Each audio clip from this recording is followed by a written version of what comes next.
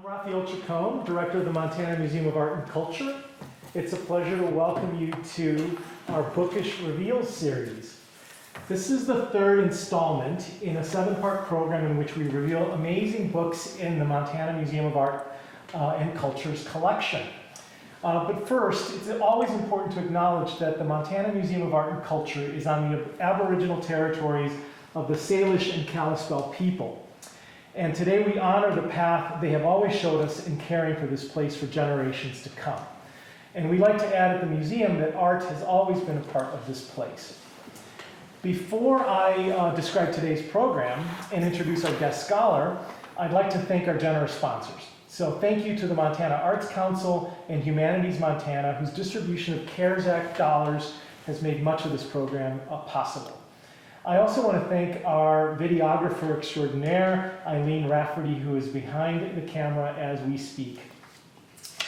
So this program coincides with an exhibition at the Montana Museum of Art and Culture titled Bookish, Selections from the Dan Weinberg Collection, which runs until December 12th in the Henry Malloy Gallery at the university's Par-TV Center.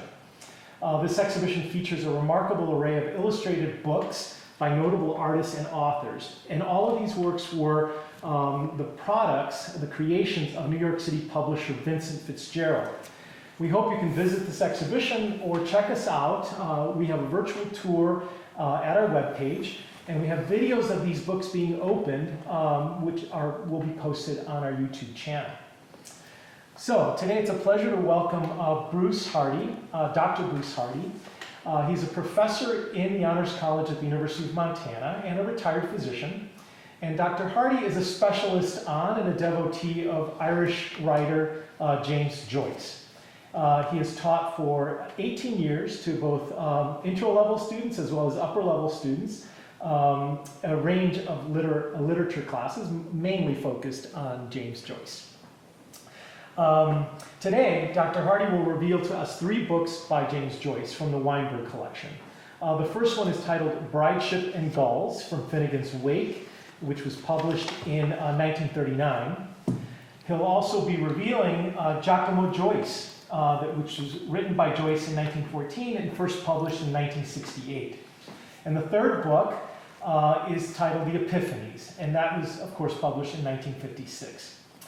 All 3 of these books were illustrated by Susan Weil, who collaborated on many books with Vincent Fitzgerald in New York City.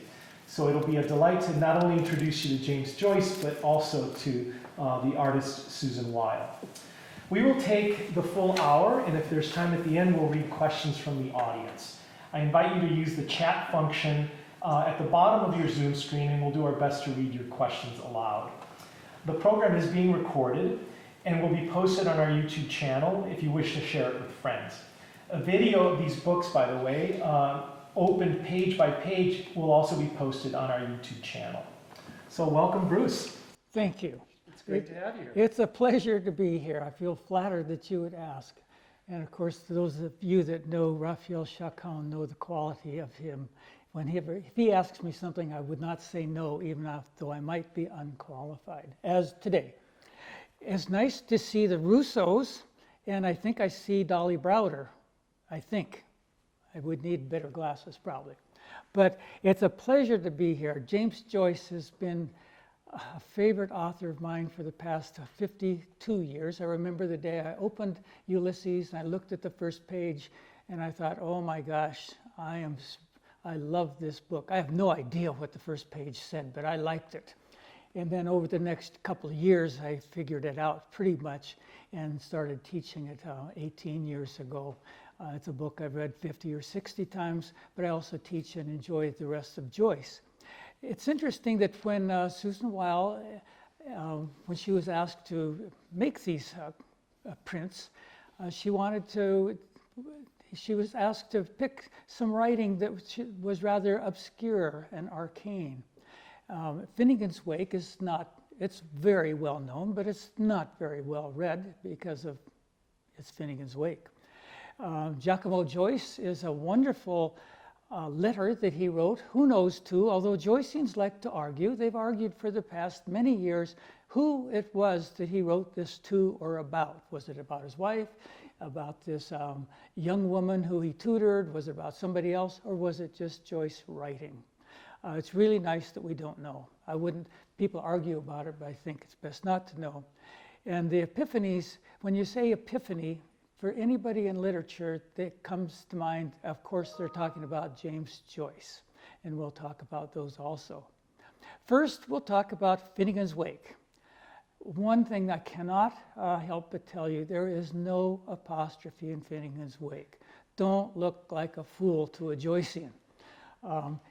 And don't correct the Joycean if you didn't put an apostrophe. That's one of those, a real shibboleth. It just is. It's a common error. So we'll talk about Finnegan's Wake. And when Susan Weil first was thinking of using Finnegan's Wake, she said, when I began this reading of Finn again, I had this image of a body in the stars. I would wish it accurately placed among stars in a dark wash. And Susan Weil grew up listening to Finnegan's Wake. Her father was a Joyce aficionado, and she grew up having Finnegan's read to her in the evenings. It's amazing she stayed intact. And she even mentions in one of the articles, they especially listened to Finnegan's Wake at their cabin out on an island off Connecticut, and it sure made doing the dishes more joyful, to listen to Finnegan's Wake and doing the dishes. Now, I don't know what that says about Finnegan's Wake, but other people would say that's its only use, is get you through the dishes. It's a wonderful, wonderful book, and one can spend several lifetimes working on it. So, with these beautiful drawings.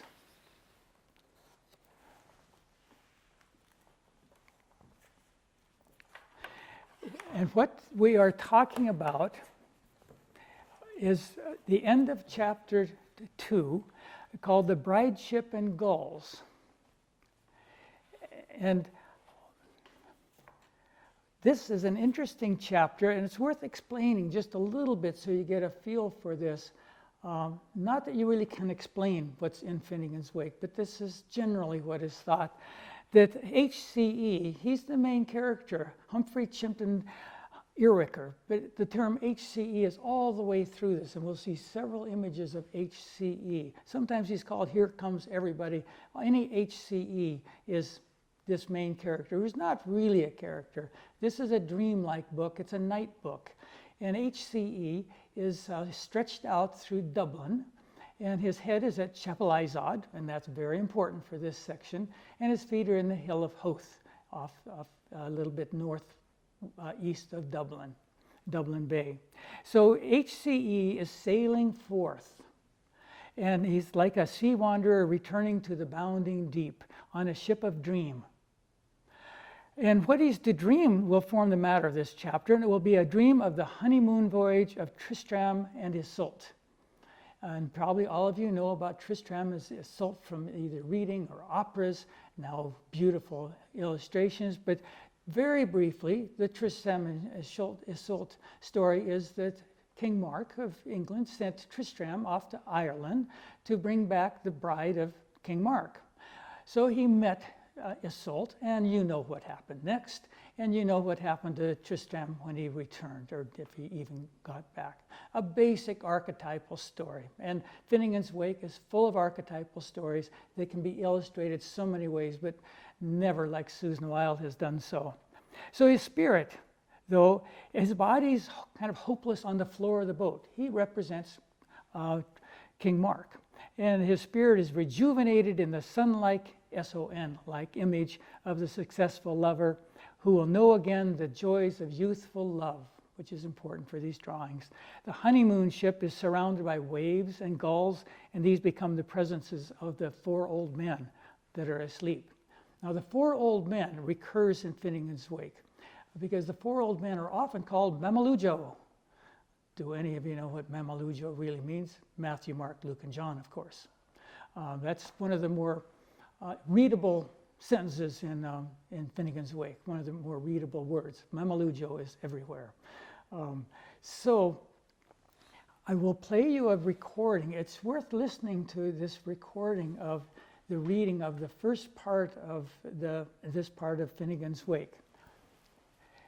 Everything is so oral and also so visual for Joyce. Even though he wrote, as he says in Finnegan's Wake, signs on a white field, he was always frustrated that what he had in his mind could only really be represented by little signs like the alphabet on a white field, whereas he was a musician and an artist, especially a musician. He would be so pleased that Susan Weil had made these drawings. And it's so oral that it's too bad just for me to read it. It's nice to have some Irish accent here. And you can hear the gulls.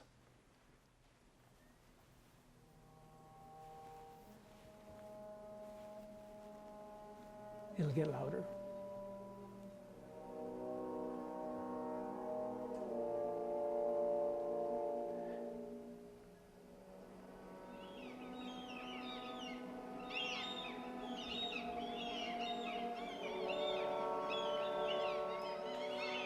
And think of that music and the sounds of what he's reading as we look at the pictures. Mr. Mark. Sure, he hasn't got much of a park. I'm sure any he has is all beside the mark. But though Renegade Almighty wouldn't on be a sky of a lark to see that old buzzard whipping about for unshort in the dark. And he hunting round for unspeckled trousers around by Palmerston Park. Ho, ho, ho, ho, Multi Mark. You're the rummest old rooster ever flocked out of a Noah's Ark, and you think you're cock of the walk. Fowls up, Tristy's the spry young spark that'll tread her and wed her and bed her and red her without ever winking the tail of a feather. And that's how that chap's going to make his money and mark. Overhauled, shrewdly screaming, that song sang sea swans, the winging ones. Sea hawk, seagull, curlew and plover, kestrel and capercailzie. All the birds of the sea they trawled out right bold when they smacked the big cuss of Truston with Uzold. And there they were too when it was dark, whilst the wildcaps was circling, as slow their ship, the winds a slight, up borne the fates, the war dorse moved by courtesy of Mr. Dobelow down below Campercelli, listening in as hard as they could in double dop, the donker, by the Tornio to the waterfalls, with their vuxens and their coming in so had to jockey, only a quarter back of school for the last acts, to the solins and the sycamores and the wild geese and the gannets and the migratories and the mistle thrushes and the auspices and all the birds of the rock-by Sucarassi oceanal sea, all four of them all sighing and sobbing and listening. Michael, a-hoikling. So, did you get that? You know, it has to be seen. It's very visual. All of Finnegan's Wake is fun. As they say, this is about, they have fun again at the fun funeral, the fun for all for Finnegan's Wake. And we don't need to go much more back, because let's start out looking at these amazing drawings. So that's the actual book. Yes. So We this also- is, it's just beautiful. And the paper is that thick, lovely, handmade paper by Vincent Fitzgerald. And then there are these amazing panels, which were all illustrated by Susan Weil, with scenes from the book itself. And I should mention that Vincent Fitzgerald was a cousin of John Fitzgerald Kennedy. And he met Dan Weinberg at training for Peace Corps in Wyoming. They remained lifelong friends. And Dan Weinberg not only has provided us with these paintings, but he's been part of the Innocent Project and so many things throughout his life. So an amazing person. So this is the first one. And I think I can just show it right here, if you can see it. It's obviously is very definitely Finnegan's Wake, isn't it? You can see all that you heard in that recording. It would make sense. But of course, it's Finnegan's Wake. But you can see, and it can be any of these four, probably Tristan and Isolde, probably not King Mark, because by the time he met Isolde, Tristan was no more. And at the bottom would be their legs, and who knows in between? Who knows who this is, but it's probably Joyce. Joyce loved pictures of himself and his family. He moved from tenement to tenement to apartment in Dublin and Trieste, Rome, Paris, and Zurich, and back to Paris and back to Zurich during the World Wars. And he took all of his family's portraits every place he went. It was so important to him. He also, in the 20s, he was part of a group of writers, Ezra Pound, Ford Madox Ford, Gertrude Stein, and artists such as Picasso and musicians like Stravinsky.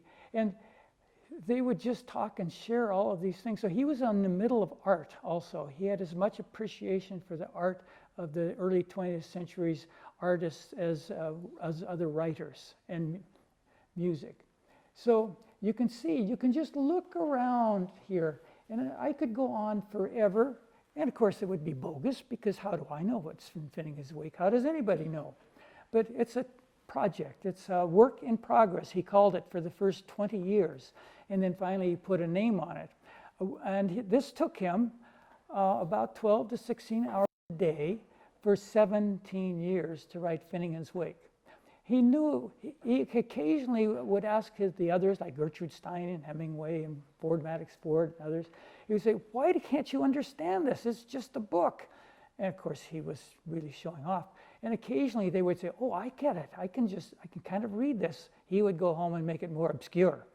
So when I explain exactly what these drawings are, you know, you just need to look at them. It is modern art. But when you read Finnegan's Wake many times, and I've read it a number of times and understood it never, but I love it. In our household, my wife is the Finnegan's Wake person. I'm a Ulyssian. You know, Joyceans are divided. Our house is clearly divided, a Wakean and a Ulyssian. She would more understand this too, but everybody understands it differently, including Susan Weil. So this probably is Joyce. It must be. And you can imagine what this is up here. There's nothing. It's like it has to do with the first book in the Bible, the book of Genesis, if you understand what I mean. And all these are the stars, like Susan Weil said that she imagined it being up there in the stars. And one part of Ulysses, Joyce calls Stephen Dedalus and Leopold Bloom, they're like the stars in the sky as he drifts them off mentally. And you can see the ocean, and there are no gulls in this one. But the shoe's off. I wonder why the shoe's off. And who knows what's here. And then, of course, there's another vehicle of stout. And then one sock's off and one sock's on. And those are some of the words that are in Finnegan's Wake, in a variety of languages. He puns in 4 or 5 languages at a time. And he would be so pleased to see these. And I have not pursued these in depth, but if you just kind of know Finnegan's Wake, it's pretty evident. Obviously, the gulls. And maybe the hand of Tristan, who knows, or the hand of Iseult, asked for by Mark and Tristan.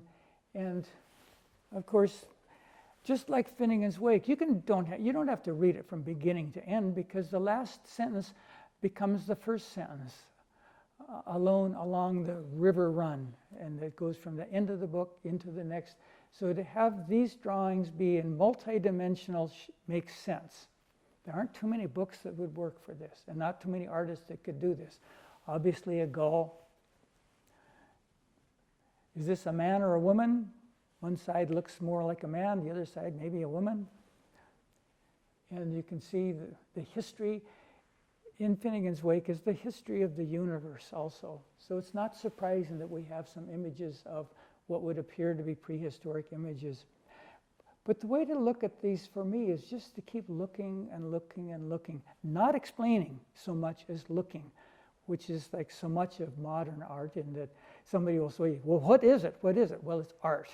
But it's art based on this amazing book of images.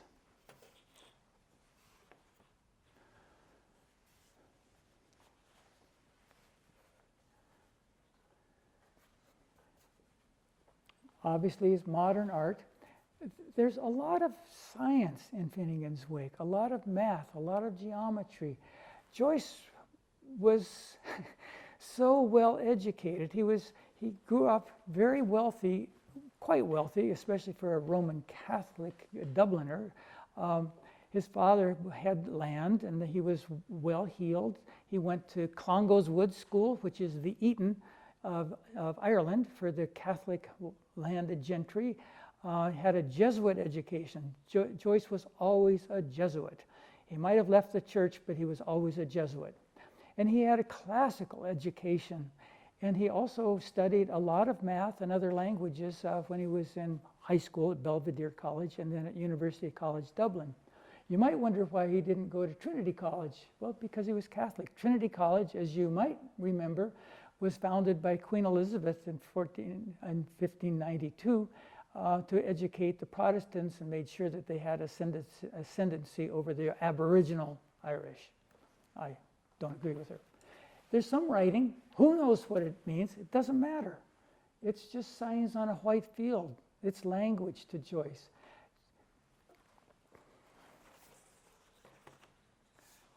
I'm going to take this to the last one. All right.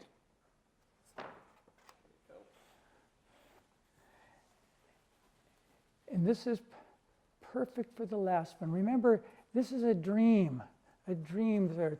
HCE is at kind of the base of the ship. Tristan and Isolde, it's their bride ship, and the gulls are there. They're traveling not across the ocean so much, although there are gulls, but they're traveling out in space somewhere. This is a nighttime, not quite a dream book. Joyce said, no, this is what happens between dreams. How did he know? I don't know. But I think Susan Weil knew. Obviously the gulls, but the gulls are everywhere. There's ocean, the stars, and the moon and the sun, and whether it's Saturn or on another of the planets. All of those are images that make sense from Finnegan's Wake, but they're beautiful by themselves. One would not need to know that they're related to Finnegan's Wake, but it helps. So anything more about Finnegan's Wake you want to know? Do you want me to finish it? Finish the book? We just barely touched on it. And of course, wake means becoming awake, also an Irish wake, etc. It's based sort of on from Tim Finnegan, who was a hod carrier. He was up on a ladder and he fell off and he was thought to be dead.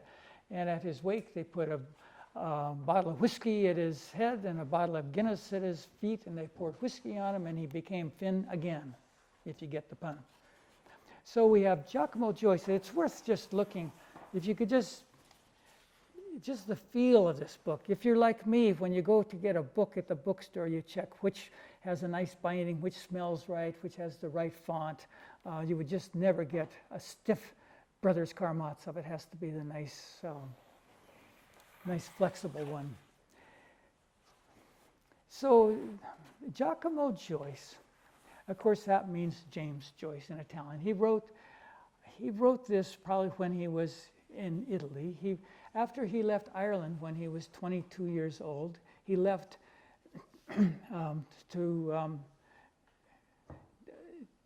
to forge in the smithy of his soul the uncreated conscience of his race, which is quite a good undertaking for a 22-year-old. I've mentioned that to my students who are often in creative writing when they're about 22. I said, to encounter experience for the millionth time and forge in the smithy of my soul the uncreated conscience of my race.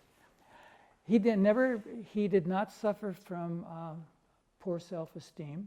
At one point, just as he was writing, before he started writing Finnegan's Wake, he said, I realize now that I can do anything I want to with language. But he ran out of what he could do in English. Giacomo Joyce, however, who knows exactly when it was written, probably 1914, and it was found between some other files. It was just found. He didn't share it with anybody, so is this a love letter to his student? Is it a love letter to Nora? Is it just something he didn't want Nora to read? But Nora wouldn't. She didn't read much of his writing. At one point, she said to him, "Why don't you quit writing that chop suey and sing for career instead. He was a very good tenor. But she never really read, but she thought it was chop suey, but she stuck to him. In fact, her name was Nora Barnacle, and his father said, well, at least she'll stick to you, Jim.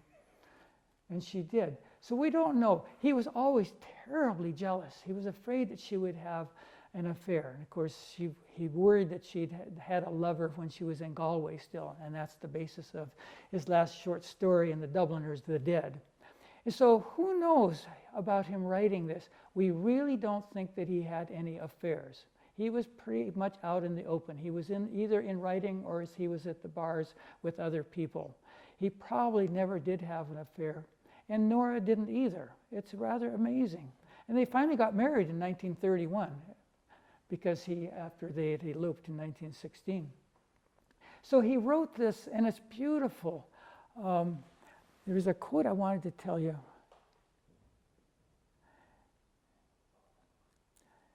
And this was found, of course, posthumously. There's this Faber and Faber. Let's see. No, I don't have it right here. But the usual edition has always been by Faber and Faber. And in it, there's an introduction by Colm Toibin, who's an Irish scholar, obviously. And he said, Giacomo Joyce has the power of a drawing or a sketch by a great painter. Isn't that something? I doubt if he knew about these paintings by Susan Weil, but he thought this should be painted, not put to music necessarily. And it's beautiful. I'll just show you the first page. It's very subtle. And the way Faber and Faber has the book, it's a small little book, and it has the words spaced apart, just like in this. Use sometimes just a sentence or so. It's very lyrical. Finnegan's Wake is hardly lyrical, but in a way it is. Portrait of the Artist as a Young Man is probably the most lyrical. This says, who? It's a nice way of Joyce starting something. Who? A pale face surrounded by heavy, odorous furs. Her movements are shy and nervous. She uses quizzing glasses. Yes, a brief syllable, a brief laugh, a brief beat of the eyelids.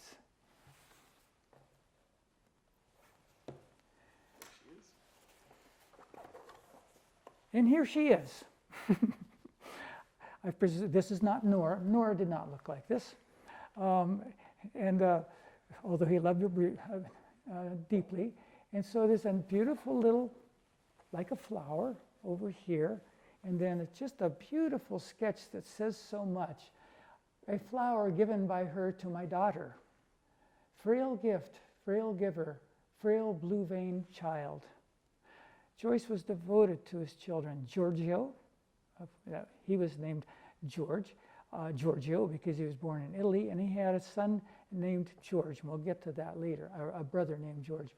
He also had a girl named Lucia, and Lucia was a very bright girl. He read to her so much, but she developed true schizophrenia, spent most of her adult life in an asylum. It was terribly tragic for Joyce. He was probably first a father and then a writer. He was devoted to, and it really bothered him. Partly, he was almost schizophrenic. That is, he had no filter. No filter. When he saw something, he would write it down. Finnegan's Wake is full of impressions that we wouldn't really notice. And that's close to being schizophrenic. A schizophrenic finally has no filter. So when he writes this lovely part of the letter, it's really about Lucia, a flower given by her to my daughter. Frail gift, frail giver, frail blue-veined child, meaning Lucia. Fairly straightforward. And it makes you think maybe this wasn't to somebody he had a crush on. Let's move. Now here we get into some real Joyce. Don't have to explain it too much, but I'll read you a little bit. Joyce, there's how Ulysses was finally okayed and legal. It took some doing, but Joyce probably made it difficult so he could get people's interest up to buy Ulysses. It was finally read by Judge Woolsey, who is He was, interestingly, he was a judge in the Southern District of New York back when it did other things. It's busier with other things now. And he read it. He took a summer off and read Ulysses.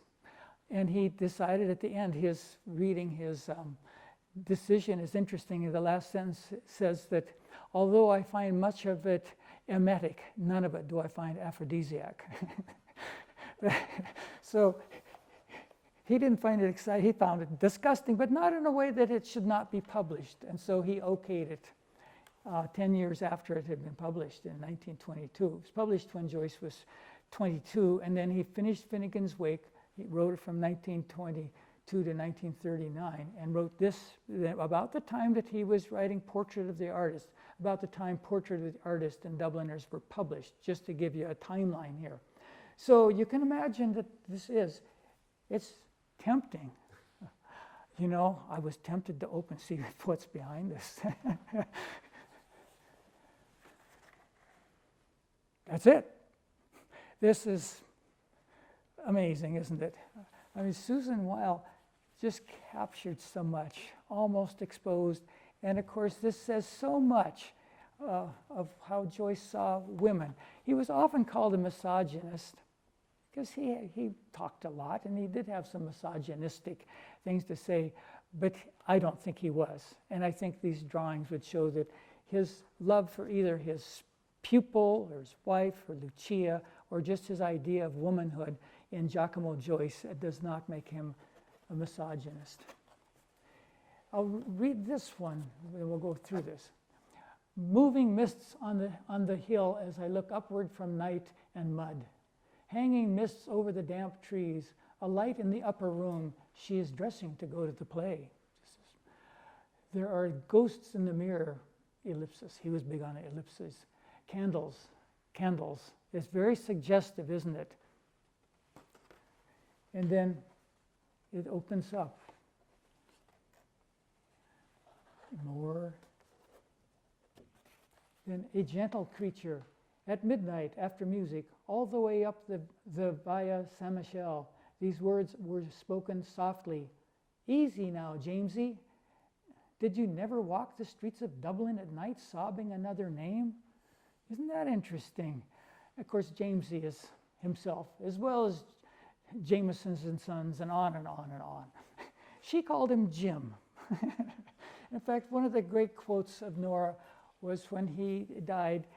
He had given up the Catholic Church for a number of reasons, but he always remained very spiritual, and certainly incorporated spiritual writings from the Bible. And Aquinas, of course, was his mentor in many ways.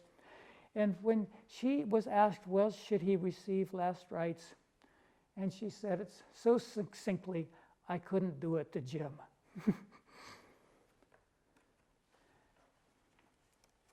Another one, rather suggestive. Or is it that we are reading what would be called transgressively? That is, it's not what the author meant or the artist meant. That's our minds that's drifting into that.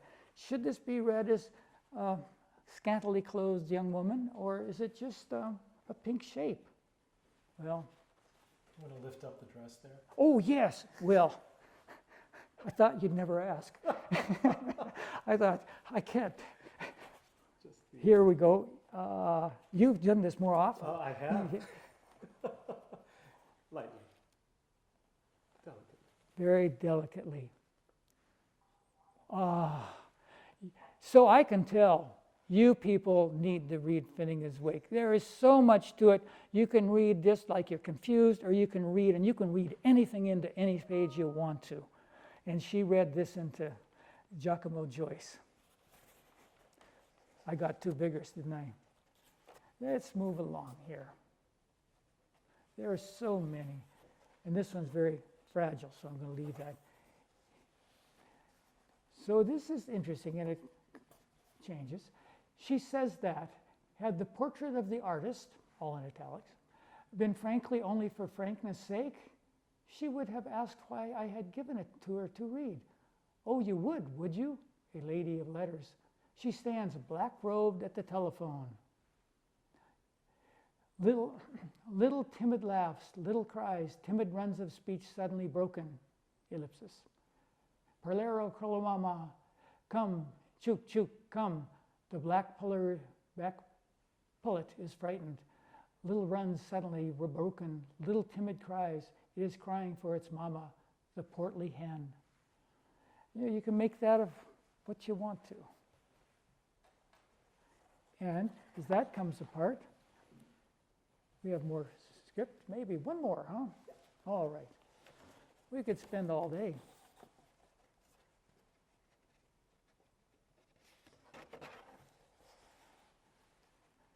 So this is interesting. I hadn't seen this, but I recognize it.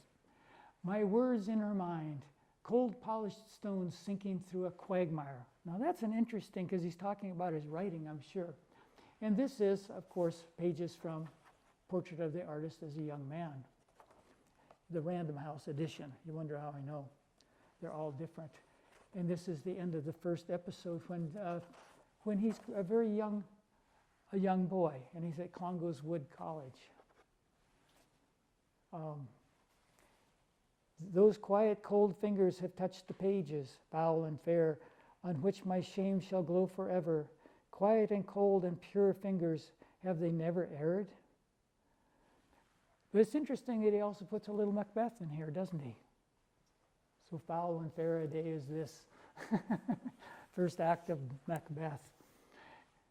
Joyce used phrases from everybody and anybody, and it could be said he was just a plagiarist. There are very few paragraphs that don't have something quoted, almost quoted, enough for the reasonably well-read to recognize, or for the thick annotations expert Don Gifford, who wrote it, to recognize those words.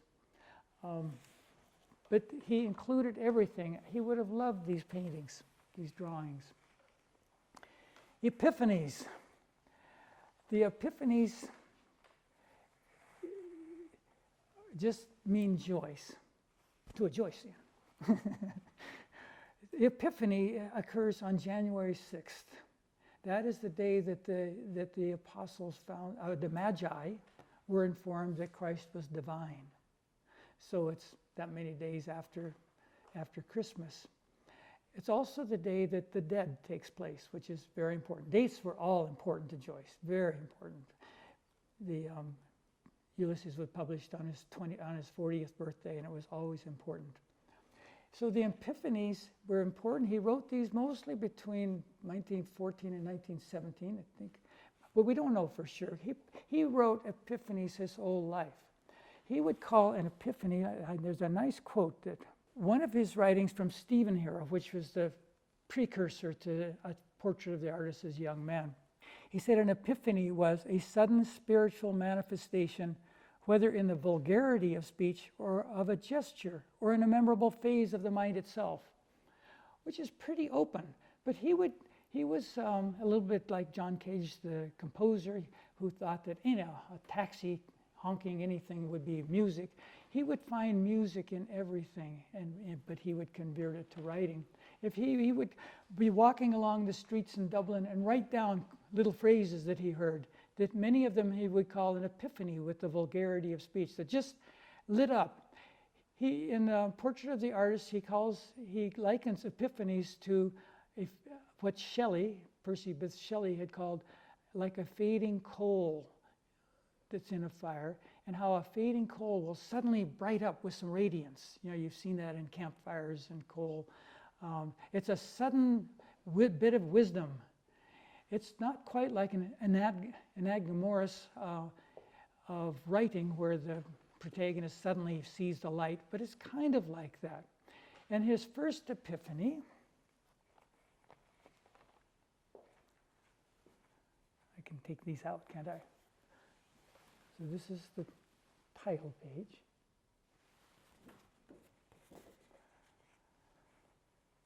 And this is a classic portrait of the middle-aged man. It just is Joyce. Anybody would recognize it as Joyce. And then through his eyes, isn't that great? The epiphanies. And you can see, it's through his eyes, it's an epiphany. It just is. She wouldn't have had to put that title on it. That is an epiphany. On the second page of Portrait of the Artist as a Young Man, the young Stephen Dedalus, being a few years old, maybe 4 or 5 at that point, and he has a friend, Eileen, who's his next door neighbor, and he wants to marry my Eileen. He has said that he wants to marry her. And so an epiphany is his aunt Dante, not related to Dante Alighieri, chides him. And he says, Mr. Vance, he's lives nearby. And but the real part is under the table to himself. Joyce says, he hears this. He hears Dante saying this. Pull out his eyes, apologize, apologize, pull out his eyes, apologize, pull out his eyes, pull out his eyes, apologize. And you can imagine a young boy, this would be something that would stick with you forever. Basically, Dante was saying that if he plays with Eileen, and certainly if he marries her, that an eagle will come and poke out his eyes, which was, he'd had just a nice friendship, but she's Protestant. And so that is stuck with him and was his first sort of, most people say that's his first epiphany. Another type of epiphany, just historically, is when Galileo, the apple fell out of the tree, and all of a sudden he said, that's gravity. He said, that's what's going on here. And then just more about his time at Congo's Wood. So let's see. These are real epiphanies. Memories of Joyce that stay with him. In fact, he puts them not just into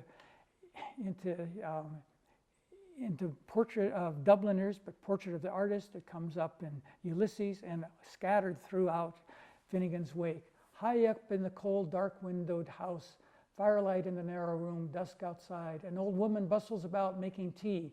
She tells of the changes, her odd ways, and what the priest and the doctor said. I hear her words in the distance. I wander among the coals, among the ways of adventure. Christ, what is in the doorway? A skull, a monkey, a creature drawn hither to the fire, to the voices, a silly creature. This happens just very soon after the Joyces had lost most of their money because his father didn't really do his job. He had a Parnellite favored job, and he didn't collect the rates, and he drank, and they just sold off more and more and more. Every time they moved, they took less furniture to the next place. And this occurred when Joyce was in Dublin. Dear dirty Dublin is a common term throughout Finnegan's Wake. And it was so depressing. And they're visiting Aunt Josephine in this very tenement, dark, smelly building. And this made such an impression on Joyce. He wrote this in Portrait of the Artist as Young Man, but this is a true epiphany. He brings this up again and again in Finnegan's Wake. And she captures, and this isn't all exactly the writing, but close enough to say what she wanted to. Fires, there were a number of fires in his life. In fact, in Ithaca, where it's a catechismal episode in Ulysses, the next to last, it's the last one with Leopold Bloom, they say that he's lighting a fire in his basement to make some tea for Stephen Dedalus. And the catechist asks, and does he recall other instances of fires? And these are all the epiphanies, including this one. He remembers the fire when he was sick at Clongowes Wood College, the next fire when they moved onto North Richmond Street, which is a bleak house, and that's what's Araby in Dubliners, based in that house. Then he talks about this fire. Then he talks about the Dean of Studies lighting a fire as they talk about philosophy and whether he should become a priest or not. So we have about four fires that recur, and these are true epiphanies. We might, but we usually forget them, I think. So this is Dublin at Sheehy's Belvedere Place. Now this was important because Joyce, I knew you meant him, but you're wrong about his age. Maggie Sheehy leans forward to speak seriously. Why? How old is she? Joyce, 72. Maggie Sheehy? Is he? These are just conversations. This would mean something to Joyce. What's great about his epiphanies, they're not all like the fire, recognizing his Aunt Josephine that looked like a skull coming out through the doorway. They're just things that struck Joyce as being of value. he had the kind of mind that he could find value. It was sort of like most of us who go to a symphony and we maybe can remember the tune of a Mozart symphony, but we didn't hear the oboe. He would have heard all of it. And he would have found that the bass violin, he would write that as an epiphany in music.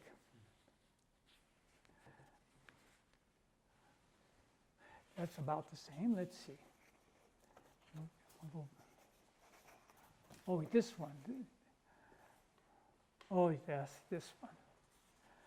This epiphany is from the Hades chapter, the 6th episode in Ulysses. The first 3 episodes are with Stephen Dedalus. The next 3 are Leopold Bloom. Then they're together. So this was at 11 o'clock in the morning on June 16th. And he's just talking about, this is in Leopold Bloom's mind, as they're watching going to the funeral for Patty Dignam. 2 mourners push on through the crowd. The girl, one hand catching the woman's skin, runs in advance. The girl's face is the face of a fish, discolored and oblique-eyed. The woman's face is small and square, the face of a bargainer. The girl, her mouth distorted, looks up at the woman to see if it's time to cry. The woman, settling a flat bonnet, hurries on towards the mortuary chapel. That is, the girl was there with a very young girl who had an infant child who was being taken to the cemetery. You don't need to know all that. You could put that to any kind of thoughts. It's an amazing just thought. I'm glad that Susan Weil included that. And this is very important. They're all important, I know. Some are more important than others. Some authors are more important than others. Dublin in the National Library, Skeffington.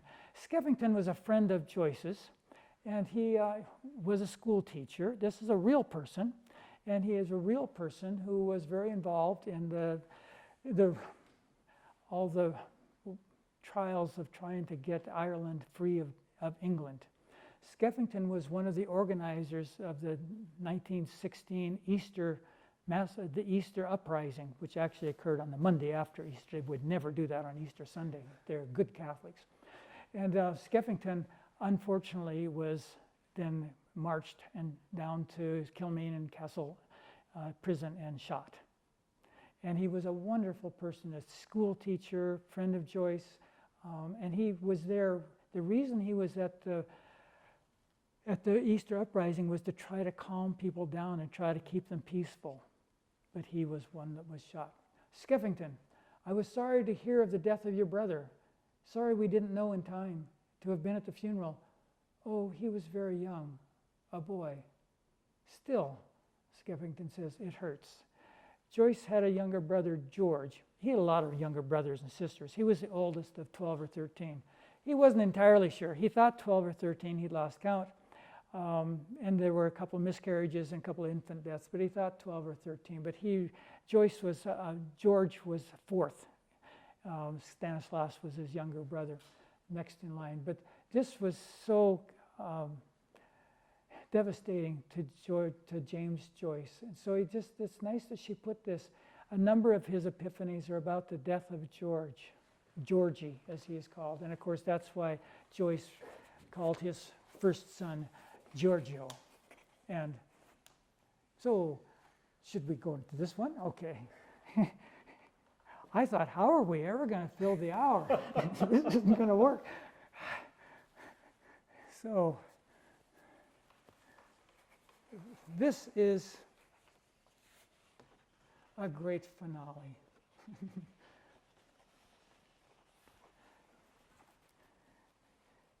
How's that for illustrating the Epiphanies? I think from what we've gone over, you have a reasonable idea of what Joyce's Epiphanies were.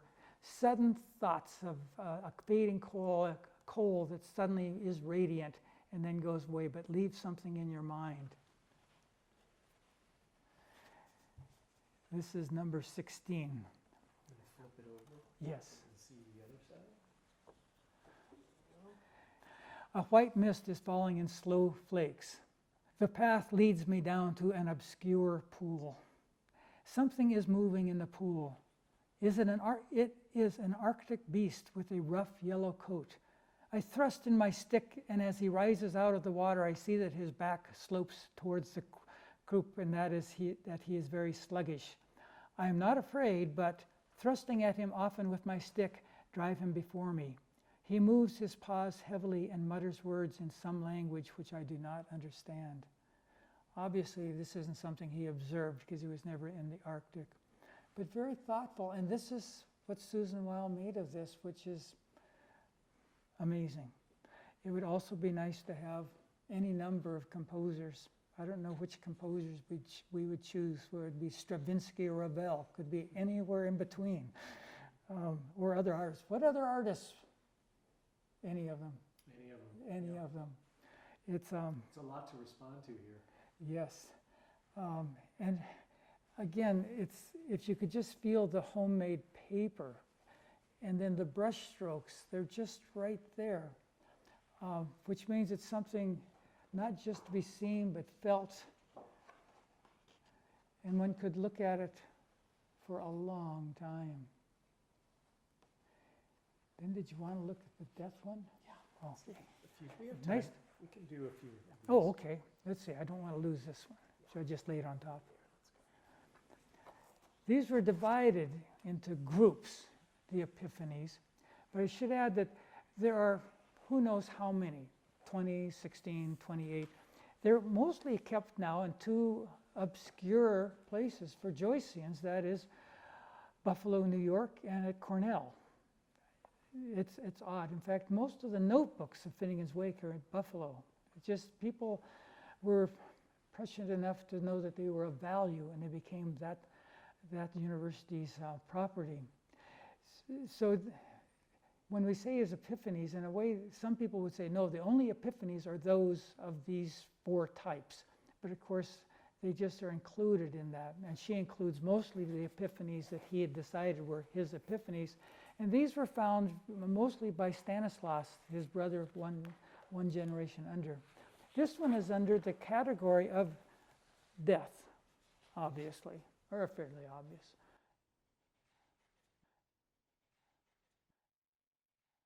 Moving on from Tristan just to death. Let's see there, if you can open the next one. You wonder, but did you notice what dropped out? The hand. It says a lot, and of course it looks like it might have been the oceans from space. It could be any number of things, but then you do notice it has the eye and a mouth, more fish-like, but who knows?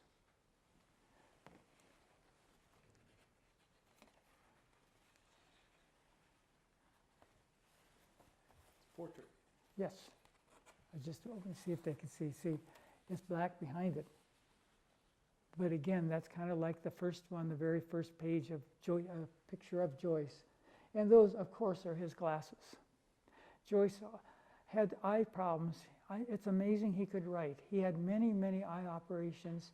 At times, they would put leeches on his eyes to drain the extra fluid because he had glaucoma. He had a number of operations. You can imagine in the 1920s in Trieste or Paris having an eye operation. It's hard enough to imagine now. It's amazing he had any eyesight. There were times that he had such pain, he would just sit and almost cry. He wore a patch for many years, and he couldn't really read his writing very well. In fact, much of his life, he would be sitting up in bed and have a big kind of a whiteboard in front of him and write really large. He also dictated a lot of Finnegan's Wake. Can you imagine? Various people, Ezra Pound is a person that wrote his dictation, but who knows what he was saying. But that's a portrait, and he always had his glasses, sometimes a patch.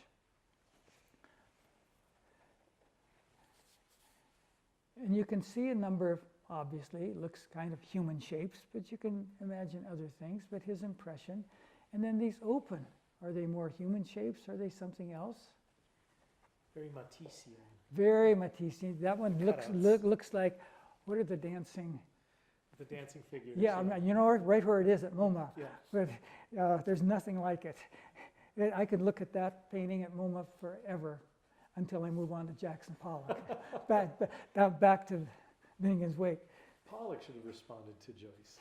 Yeah, well, maybe he did. Maybe he did. It's odd that he came from Wyoming. Mm-hmm. Or maybe it's not odd. another one here, and then which makes it a human form. But it's just one of the things that she felt was important is that her drawings would be three-dimensional and they would be in motion. As you may know, in the Proteus chapter of Ulysses, Stephen is thinking about reality, but he compares poetry to music to writing and the movement. Joyce wanted movement in his writing, and she wanted to have movement in these drawings, to have them not just three-dimensional, but to not want to have one picture after the other in a gallery. She wanted them to be so you could walk through them, move them, look at them in any order. So this, of course, if you've read Portrait of the Artist as a young man, poor Joyce, he broke his glasses. And then because he didn't have his Latin done, he was told by his teacher, Father Arnold, that he didn't have to do his writing that day. So he was just sitting at his desk and not writing. And then Father Dolan, Dolar meaning pain, Father Dolan comes in and says, any boys need flogging here? Any lazy, idle little schemers? And flogged him. And he thought that was unfair. He went to the rector. So here he is with his hands under his arm, and here he is with his broken glasses. Interestingly, about 2/3 of the way through Ulysses, you found out that, oh, I broke my glasses yesterday, must get new ones. And then he thinks about Father Arnold and Father Dolan.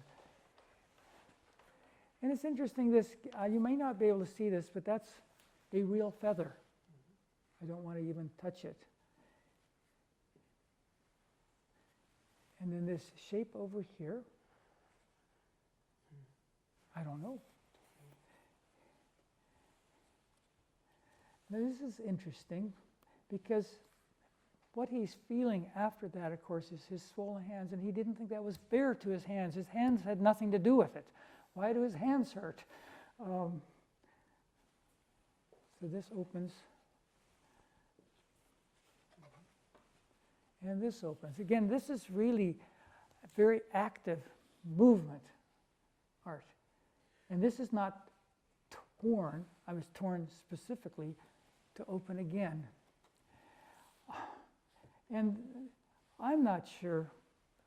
In looking at her writings, I didn't see that an identification of these two, maybe anybody. But to me, I would think that this is Joyce and his younger brother, Georgie, but I don't know. Again, you can interpret things the way you want to. It's reasonable. But I don't know what Susan Weil would have thought. Or if she would have said if she knew what it was. Or she could have meant anything. It just is. It's art. Bruce, let me ask you a quick Yes. question as we wrap things up here. And look at the back. And Joyce never forgot that. This is really something. Speaking of epiphanies, mostly a tactile epiphany. You've praised Susan Weil, the artist who put these beautiful books together and illustrated, in some ways responded to Joyce. Yes. But I guess my question all the while is, Joyce is... All the while. That's a nice pun. He's inherently visual. Yes. So why do we need imagery to add? Can one add to Joyce? I mean, this is a response which in some ways minds Joyce, but also seems to add a visual dimension to Joyce. Is that a worthwhile effort? Well, that's obviously a good question because it comes from you. I would say you don't need this to explain anything. These are her impressions of reading the Epiphanies. We have our own impressions. I can't draw. I can't make music to it. I just have this feeling. But it's wonderful. It could be wonderful in music as somebody's impression. Her drawings could be any number of different art forms. They're that artist's impression, but it doesn't explain it. Joyce is too broad to have this, oh, now, you don't look at it and say, oh, now I get it. No, you look at this and you're reminded of poor little Stephen, and you remembered the lines all too well if you keep reading this stuff. And it comes to you, but I had my impressions. It wouldn't be quite this. So I don't think it's not necessary, but it's wonderful. She takes us on a journey, her journey. It takes you on a journey. And what Joyce did in Finnegan's wake, but I'll go back to Ulysses a little bit. He takes you on a journey through the entire Western canon. It starts with the Greeks, with obviously the Odyssey, with Odysseus or Ulysses in the Roman nomenclature, and he brings us all through all of writing. In fact, one of the episodes, it's based on kind of gestation, and so each part, every few pages, it's a new writer. He starts with the pre-English, the Latinate syntax that was in the 9th century, the Wanderer, it's called, written by Aubert, and he has it in that style. The very first is not even understandable because it's just a chant, a Gregorian chant. And then it goes through all the writers, finally finishing with the Baptist evangelist on selling snake oil. He goes through all of language. And in Finnegan's Wake, he goes through what he would say is all of history. All of history, all the writers, every writer is in there. It wouldn't be spelled with that person's name. All the musicians, all the artists, all of culture is in that. And so it's a real soup of everything that gets stirred up. Does that make sense? And so anybody, it's sort of free, but not completely free. You can't quite just say, but you know, the Joycean community, some of them come up with some pretty amazing, often right field somewhere interpretations that it gets printed. You got to get tenure somehow. You have to say something new finally. The Joyce industry is huge.